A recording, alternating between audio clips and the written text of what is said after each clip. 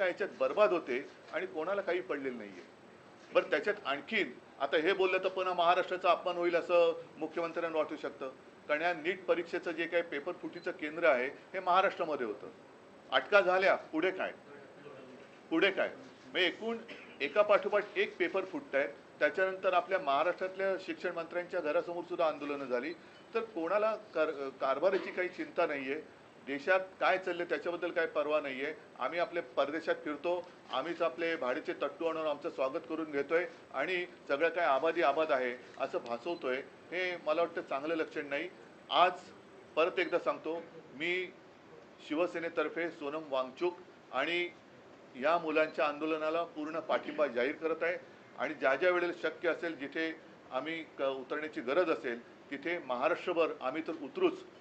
आपल्या माध्यमातून मी देशातील सर्व पक्षांना सांगतोय की आपण देखील आपापल्या राज्यामध्ये, राज्यातील प्रमुख शहरामध्ये या युवकांना बळ मिळेल अशा पद्धतीने काही प्रतिकात्मक असेल, आणखीन काही असेल, हे समर्थनार्थ आंदोलन करा किंवा प्रदर्शन करा की जेणेकरून आजही देशातली युवा शक्ती जी आपण देशाचे भाग्य विधाते समजतो, त्या भाग्य विधात्यांना कळेल की आजचे जे भाग्य किंवा दुर्भाग्य विधाते आहेत हे आपल्या सोबत आहेत. तुम्ही दिल्लीत जाऊन पाठिंबा देणार मला सहभागी होणार आहे का शिवसेना? ऐका, मी 20 तारखेच्या मोर्चात सहभागी सगळ्यांनी व्हावं असं म्हणालेलं नाहीये. ज्यांना जायचंय, मला जायचं वाटलं तुम्ही जरूर जाईल, परंतु किमान मी जिथे आहे तिथे तरी मी काहीतरी करावं. मी असं सगळ्यांना सांगत नाही की देशातनं सगळ्यांनी चलो दिल्ली. नाही, तुम्ही जिथे आहात तिथे तिथे तर उभे राहा. मी मुंबईत आहे, मी मुंबईत तर उभा राहिलो पाहिजे. मी पुण्यात आहे, पुण्यात राहिलो पाहिजे. मी चेन्नईत आहे, चेन्नईत राहा. बंगालमध्ये, कलकत्त्यात राहा.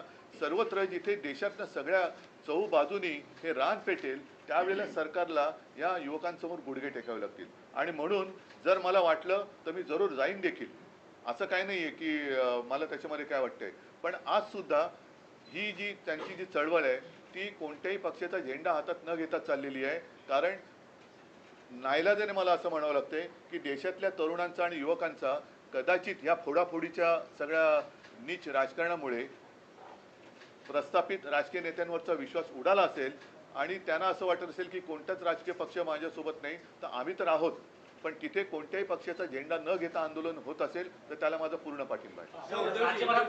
विषय असा आहे की तुम्हाला असं वाटतं का, कारण तुम्ही इंडिया अलायन्स मध्ये एक प्रमुख पक्ष आहात, तर देशाच्या विरोधी पक्ष नेत्यांनी म्हणजे राहुल गांधींनी या व्यासपीठावर जाऊन या आंदोलनाला समर्थन दिलं पाहिजे?